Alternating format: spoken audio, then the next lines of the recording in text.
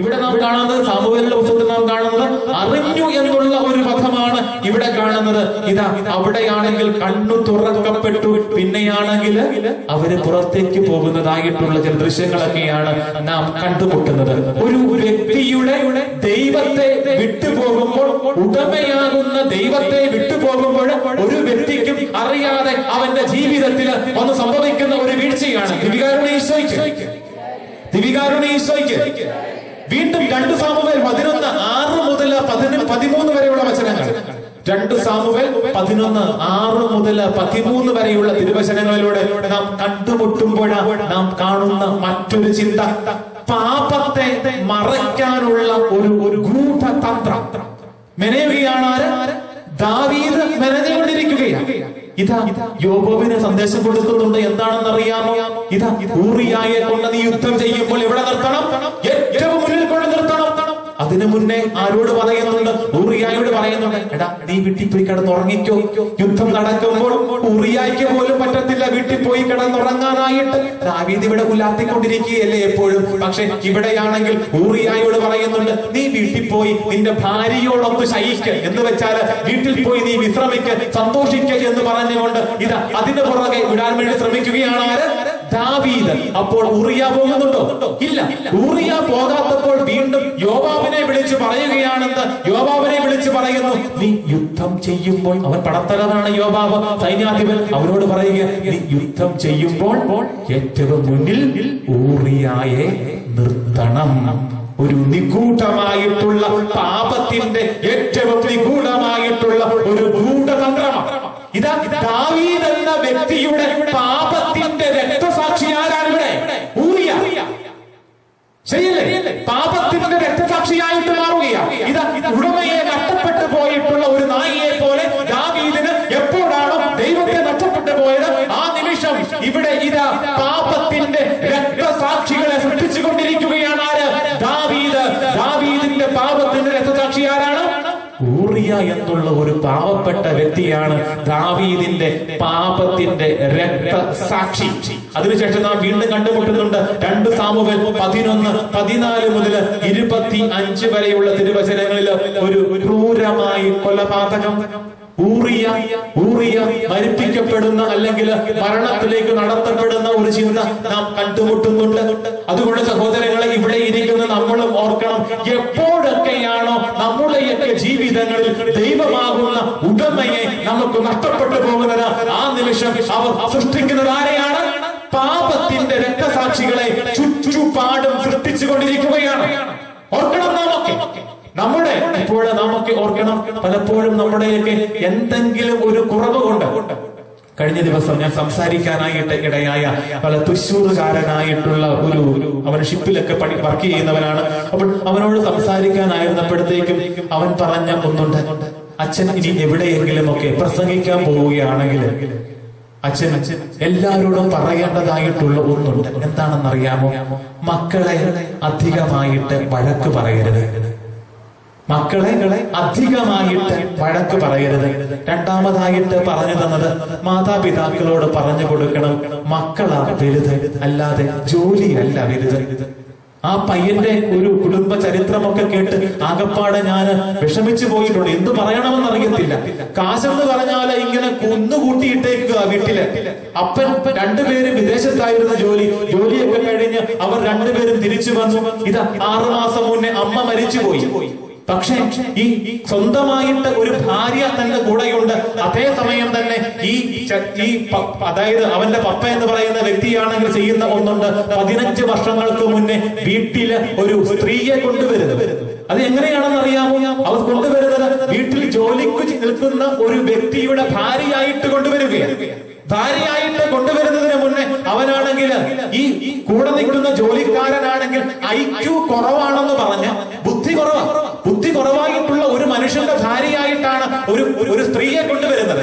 എന്നിട്ട് അതിനു മുന്നേ ആണെങ്കിൽ ഈ മനുഷ്യൻ ഈ IQ ഒക്കെ കുറഞ്ഞ അവിടെ പണിയെടുക്കുന്ന മനുഷ്യനെ ഇമ്പോർട്ടന്റ് ആക്കുകയാണ്, വന്ധീകരണം നടത്തുകയാണ് ആ വ്യക്തിയെ. എന്നിട്ട് വിവാഹം കഴിപ്പിക്കുന്നത്. കാരണം എന്തിനാണെന്ന് അറിയാമോ? തന്റെ ഒരു ശാരീരികമായിട്ടുള്ള അഭിലാഷങ്ങൾക്ക് സ്വന്തം ഭാര്യയുണ്ട്, അതിന്റെ കൂടെ തന്നെ ഇപ്പോഴും കൊണ്ടു നടക്കാൻ വേണ്ടിയുള്ള പരിശ്രമം. ഭാര്യ മരിച്ചുപോയി. ഇപ്പോൾ ഇന്നലെ വിളിച്ചിട്ട് പറഞ്ഞത് ഒരു മനോഹരമായിട്ടുള്ള ഒന്നുണ്ട്. എന്താണെന്ന് അറിയാമോ? ഇപ്പോൾ ആ കൊച്ചനാണെങ്കിൽ കല്യാണമൊക്കെ കഴിഞ്ഞു. കല്യാണം കഴിഞ്ഞിട്ട് 6-7-8 മാസത്തോളമായി. പക്ഷേ ഇതാ അവര് രണ്ടുപേരും മാറി താമസിക്കുകയാണ്. മാറി താമസിക്കുമ്പോൾ ഈ കൊച്ചനാണെങ്കിൽ ആകപ്പാടെ പേടിയാണ്. കാരണം അവനാണെങ്കിൽ അവന്റെ സ്വന്തം അപ്പനെ നഷ്ടപ്പെടുന്നു. രണ്ടാമതായിട്ട് സ്വന്തം ഭാര്യയോട് അപ്പന് വലിയ സ്നേഹമൊന്നുമില്ല. കഴിഞ്ഞ ദിവസം വിളിച്ചിട്ട് ആ അപ്പൻ ആ മകനോട് പറഞ്ഞതുണ്ട്, ഇനി നീ ഇങ്ങോട്ട് വന്ന് താമസിച്ചില്ലെങ്കിൽ ഈ സ്വത്ത് മുഴുവനും ഞാൻ അവക്ക് എഴുതി കൊടുക്കും. പാപത്തിന്റെ ഒരു രക്തസാക്ഷികൾ ചിലപ്പോൾ മക്കളുമായി മാറുകയാണ്. ശരിയല്ലേ? അതായത് അതിന്റെ ഫലമായിട്ട് വിഷമതകൾ ഇപ്പോൾ ആരാ സഹിക്കുന്നത്? ആ പയ്യൻ അനുഭവിക്കുന്നത്. 29 വയസ്സേ ഉള്ളൂ. 29 വയസ്സുള്ള ഒരു പയ്യൻ അനുഭവിക്കുകയാണ്. സ്വന്തം ഭാര്യയുണ്ട്, പക്ഷെ സ്വന്തം വീട്ടിൽ താമസിക്കാനായിട്ട് പറ്റാത്ത ഒരു അവസ്ഥ. അപ്പനാണെങ്കിൽ ഇതാ ഇറക്കി വിടും. എന്നിട്ട് വേറൊരു സ്ത്രീക്ക്, ആരും അല്ലാത്ത ഒരു സ്ത്രീക്ക് തങ്ങളുടേതെല്ലാം എഴുതി കൊടുക്കുമെന്ന് പറയുമ്പോൾ ആ കൊച്ചൻ ചോദിക്കുകയാണ്, അച്ഛാ ഇതിനൊക്കെ ഞാൻ എന്താ നമുക്ക് ഉത്തരം പറയാനായിട്ട് കൊടുക്കാൻ പറ്റുക? പലപ്പോഴും നമ്മൾ ഇങ്ങനെ നഷ്ടപ്പെട്ടു നിൽക്കുകയാണ്. ദൈവം ഉടമയെ നഷ്ടപ്പെട്ടു പോകുന്ന ഒരു വ്യക്തികൾ പലപ്പോഴും ഈ പാപത്തിന്റെ രക്തസാക്ഷികളെ ചുറ്റുപാടും ഇങ്ങനെ സൃഷ്ടിച്ചുകൊണ്ടിരിക്കുകയാണ്. ഇതുപോലെ നിങ്ങൾ ഓർക്കണം, നിങ്ങൾ നിങ്ങളുടെ കുടുംബത്തില് മക്കളെ സ്നേഹിക്കാതെ ഇരിക്കുമ്പോൾ അറിയാതെ സംഭവിക്കുന്നത് എന്താണെന്ന് അറിയാമോ? നിങ്ങൾ മക്കളെയും ഇതുപോലെ രക്തസാക്ഷികളാക്കി മാറ്റിക്കൊണ്ടിരിക്കുകയാണ്. നിങ്ങൾ ഓർക്കണം, ഒരു വ്യക്തി എപ്പോഴൊക്കെയാണ്, നിങ്ങൾ ഒരിക്കലും മക്കളോട് പറയരുത് അത് കൊള്ളത്തില്ല, ഇത് കൊള്ളത്തില്ല, നീ ഒന്നും പഠിക്കുന്നില്ല, നീ ഒന്നും ചെയ്യുന്നില്ല എന്ന് പറഞ്ഞിട്ട് എപ്പോഴും നെഗറ്റീവായിട്ടുള്ള ചിന്താധാരകൾ മാത്രമാണ് മക്കൾക്ക് പറഞ്ഞു കൊടുക്കുന്നതെങ്കിൽ മക്കൾ എന്തെങ്കിലും നന്നാകുമോ? ഇല്ല. They will be always negative. അവരൊരിക്കലും പോസിറ്റീവായിട്ടൊരിക്കലും ചിന്തിക്കത്തില്ല. അവർ എപ്പോഴും നെഗറ്റീവായിട്ട് മാത്രമേ ചിന്തിക്കത്തുള്ളൂ. അതിന് പകരം ഒരു പരീക്ഷയ്ക്ക് മാർക്ക് കുറഞ്ഞു പോയെങ്കിലും നിങ്ങൾക്കൊന്ന് പറഞ്ഞു കൊടുക്കാനായിട്ട് സാധിക്കണം. എടാ മോനെ സാരമില്ല, അടുത്ത തവണ നിനക്ക് കൂടുതൽ മാർക്ക് വാങ്ങിക്കാൻ പറ്റും. നിങ്ങൾ അവനൊരു പ്രോത്സാഹനം കൊടുക്കുമ്പോൾ സംഭവിക്കുന്നത് എന്താ? അവനും ഒരു ഉയർത്തെഴുന്നേൽപ്പാണ് ഉണ്ടാകുന്നത്. അവനും ഒരു ഉയർത്തെഴുന്നേൽപ്പ് ഉണ്ടാകുന്നത്. അല്ലെങ്കിൽ സംഭവിക്കുന്നത് എന്താ? അവൻ പറയും, ഞാൻ എത്ര പഠിച്ചാലും ജയിക്കത്തില്ല, പിന്നെ എത്ര പഠിക്കുന്നു, ഞാൻ എത്ര പഠിച്ചാലും ജയിക്കത്തില്ല, പിന്നെ ഞാൻ എന്തിനാ പഠിക്കുന്നത്? അങ്ങനെ ഒരു ചിന്ത വന്നാൽ പിന്നെ ആരെങ്കിലും ജയിക്കുമോ? ഇല്ല. ഇതിപ്പോ പരീക്ഷാ കാലഘട്ടം, അതുകൊണ്ട് ഞാൻ ഇത്ര കാര്യമായിട്ട് പറയുന്നത് അല്ലെ. മാർച്ച് മാസം അല്ലെങ്കിൽ ഫെബ്രുവരി, ഇപ്പൊ മോഡൽ എക്സാം നടക്കുന്നു. ഇനിയുമാണെങ്കിൽ എക്സാം ഒക്കെ ആരംഭിക്കാനായിട്ട് പോവുകയാണ്. അപ്പോൾ നാം എപ്പോഴും ഓർക്കേണ്ടതായിട്ടുണ്ട്, എന്റെ പ്രവർത്തികളുടെ ഫലമായിട്ട് എന്റെ മക്കള് ഒരിക്കലും രക്തസാക്ഷികളായിട്ട് മാറരുത്. ഞാൻ സ്നേഹിക്കാത്തതിന്റെ പേരിൽ, എന്റെ മക്കളെ ഞാൻ സ്നേഹിക്കാത്തതിന്റെ പേരിൽ ഒരിക്കലും അവരുടെ ജീവിതങ്ങൾ വഴിവിട്ടതായിട്ട് മാറിപ്പോകാനായിട്ട് ഒരിക്കലും ഞാൻ ഇടവരുത്തരുത്. ഇനി മറ്റൊന്ന് ഞാൻ പറയാനായിട്ട് ആഗ്രഹിക്കുന്നത്, നമ്മുടെയൊക്കെ ചില പെരുമാറ്റ വൈകൃത്യങ്ങൾ, ചില ചേട്ടന്മാർക്കും അല്ലെങ്കിൽ ആർക്കെങ്കിലും ഒക്കെ ആരെയെങ്കിലും ഒക്കെ കാണുമ്പോൾ ചില ലൈംഗിക വൈകൃത്യങ്ങളൊക്കെ ഉണ്ട്. കൊച്ചു പിള്ളാരെ ദുരുപയോഗിക്കുക, അല്ലെങ്കിൽ വേണ്ടാത്ത തരങ്ങളിലുള്ള ബന്ധങ്ങളിലേക്ക് അവരെ പ്രേരിപ്പിക്കുക.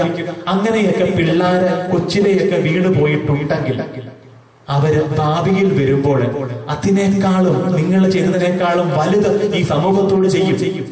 നമ്മൾ ഒരിക്കലും ചിന്തിക്കരുത്, ഇന്നത്തെ ചുറ്റുപാടും കാണുന്നതൊക്കെ ഒരു നിമിഷത്തെ ഒരുതൊന്നുമല്ല. പലരും എന്തുകൊണ്ടാണ് ക്രിമിനലുകളായിട്ട് മാറുന്നത്? ഞാൻ വന്ന ഒരു സ്ഥലമുണ്ട്, കുട്ടനാടുള്ള സ്ഥലമാണ്. അവിടെയാണെങ്കിൽ ഒരു 3-4 വർഷങ്ങൾക്ക് മുന്നേ ഒരു സ്കൂളിൽ പഠിക്കുന്നതിന്റെ സ്വന്തം കൂട്ടുകാരനെ തലയ്ക്ക് അടിച്ച്, കരിങ്കല്ല് കൊണ്ട് അടിച്ചു കൊന്ന ഒരു കൂട്ടുകാരൻ. ആ കൊച്ചനെ എനിക്ക് നന്നായിട്ട് പരിചയമുണ്ട്. ആ പയ്യൻ ചെയ്തത് എന്താണെന്ന് അറിയാമോ? എന്തായിരുന്നു കാരണമെന്നറിയാമോ? അവൻ ചെയ്തത് മറ്റൊന്നുമല്ല.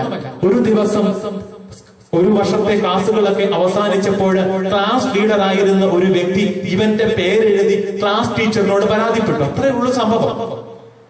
അതിന്റെ പേരിൽ ഇവൻ ഈ 2 മാസക്കാലം ഇവനോടുള്ള മനസ്സിൽ, ഇവന്റെ അതായത് തന്റെ കൂട്ടുകാരനോട് അതിനോടുള്ള ദേഷ്യമൊക്കെ വെച്ച് പുലർത്തിയിട്ട് ഇതാ അടുത്ത വർഷത്തെ ക്ലാസ് ആരംഭിക്കുന്ന ഫസ്റ്റ് ഡേ അന്ന് രാവിലെയാണ് ഈ കൊലപാതകം നടക്കുക.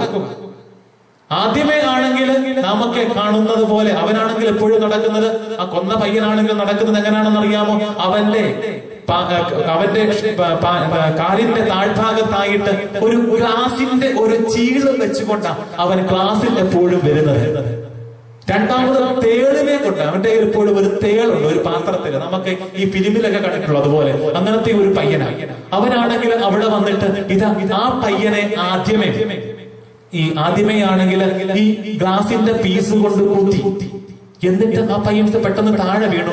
എന്നിട്ട് ഒരു 33 പ്രാവശ്യം എങ്ങാണ്ട് ആ കൂട്ടുകാരനെ കുത്തി എന്നാ പറഞ്ഞത്. എന്നിട്ടും ആ പയ്യൻസ് മരിക്കാത്തത് കൊണ്ട് അടുത്ത് കിടന്നിരുന്ന ഒരു കരിങ്കൽ എടുത്തിട്ട് തലയ്ക്ക് അടിച്ചു കൊന്നു. പ്രായമായ 14-15 മാക്സിമം, അത്രേ ഉള്ളൂ. ഏകദേശം 9-10 കൊണ്ട് ഫസ്റ്റ് ദിവസത്തെ സംഭവമാണിത്. എന്നിട്ട് അതിന് മുന്നോടിയായിട്ട് നാം മനസ്സിലാക്കേണ്ടത് അതിന്റെ പുറകിലുള്ള ഒരു ചരിത്രമാണ്. ആ കൊച്ചന്റെ അപ്പൻ 2 കെട്ടി 2 ഭാര്യമാരെ. എന്നിട്ട് നാട്ടിൽ കണ്ണൂരുകാരാ ഇവിടെ വന്ന് താമസിക്കുന്നതാ. ഇവിടെ വന്ന് താമസിച്ചിട്ട് വീണ്ടും ഇവിടെ വന്നിട്ട് ഇവൻ ആദ്യത്തെ കെട്ടിലുള്ള പയ്യൻസാ. ഇവനോട് ഒരു സ്നേഹവും ഇല്ല. എപ്പോഴാണെങ്കിലും ഈ രണ്ടാമത്തെ ഭാര്യയാണെങ്കിൽ ഈ പയ്യൻസിനോട് ദേഷ്യവും എപ്പോഴും വെറുപ്പുമൊക്കെയാണ്. അവന്റെ വീട്ടിലാണെങ്കിൽ നല്ല ഭക്ഷണമൊന്നും കൊടുക്കത്തില്ല. കാരണം രണ്ടാമത്തത് പയ്യൻസിനാണ് കൂടുതൽ ഭക്ഷണം കൊടുക്കുന്നത്. ഇവൻ ആകപ്പാടെ എല്ലാവരോടും ദേഷ്യമാണ്. അപ്പനോട് ദേഷ്യം, അമ്മയോട് ദേഷ്യം, ടീച്ചർമാരോട് ദേഷ്യം, കൂട്ടുകാരോട് ദേഷ്യം. ആരെന്ത് പറഞ്ഞാലും അതിനെതിരെ ഇങ്ങനെ പ്രതികരിച്ചു കൊണ്ടിരിക്കും. അടിയെന്ന് പറഞ്ഞാൽ പൊട്ടീര് നല്ലത് തന്നെ കൊടുക്കും. ഒരു മാതാപിതാക്കൾ അവനെ സ്നേഹിക്കാത്തതിന്റെ ഫലം കണ്ടു. ഇതാ കടന്നു ചെല്ലുന്ന സ്ഥലത്ത് അവൻ എന്തായിട്ട് മാറുകയാണ്? പാപത്തിന്റെ വക്താവായിട്ട് അറിയാതെ മാറ്റപ്പെട്ടു പോവുകയാണ്. അതുകൊണ്ട് സഹോദരങ്ങളെ, നാമൊക്കെ ഓർക്കണം, നമ്മളൊക്കെ ചെയ്തു കൂട്ടുന്ന പല വൈകൃത്യങ്ങളും അത് ഭാവിയെ ബാധിക്കും. നാം ഓർക്കേണ്ടതായിട്ടുണ്ട്. ഇന്ന് ഈ കോട്ടയം ഭാഗത്തൊക്കെ അല്ലെങ്കിൽ ഈ പത്തനംതിട്ട ഭാഗങ്ങളിലൊക്കെ എന്തുകൊണ്ടാണ് ഇത്ര അധികമായിട്ട് ക്രൂരകൃത്യങ്ങളൊക്കെ വളർന്നു വരുന്നത്? നാം എവിടെ നോക്കിയാലും ഈ കൊല്ലയും അതോടൊപ്പം തന്നെ കൊലയും കൊലവിളിയും മാത്രമേ ഉള്ളൂ. കാരണം എന്താ? ഉടമയെ നഷ്ടപ്പെട്ടു പോയ മനുഷ്യനാണെങ്കിൽ പാപത്തിന്റെ പുറകെ പോകാനായിട്ട് അറിയാതെ ഇങ്ങനെ മനുഷ്യരെ പ്രേരിപ്പിച്ചുകൊണ്ടിരിക്കുകയാണ്. ഒരിക്കല് ബാംഗ്ലൂർ പഠിക്കുന്ന ഒരു ചെക്കൻ നാട്ടിലോട്ട് വന്നപ്പോൾ തന്റെ ഗേൾഫ്രണ്ട് ഉണ്ടായിരുന്നു. ഗേൾഫ്രണ്ടിനെ വീട്ടിൽ കൊണ്ടുവന്ന് കാണിച്ചിട്ട് അമ്മയോട് പറഞ്ഞു, മമ്മി ഇത് എന്റെ ഗേൾഫ്രണ്ട്.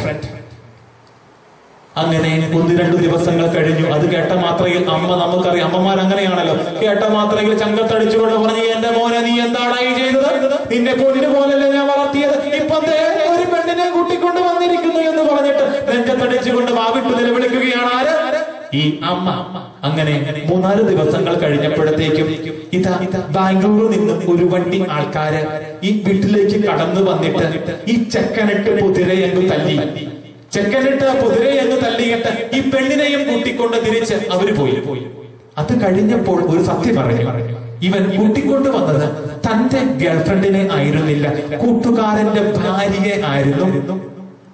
തന്റെ കൂട്ടുകാരന്റെ ഭാര്യയെ കൂട്ടിക്കൊണ്ട ഗേൾഫ്രണ്ട് ആണെന്ന് പറഞ്ഞ് തിരിച്ച് വീട്ടിലോട്ട് വന്നിരിക്കുന്നത്. ഇനി അതവിടെ നിൽക്കട്ടെ, അതിന് പുറകിലുള്ള ചരിത്രമാണ് നാം ഓർക്കേണ്ടത്.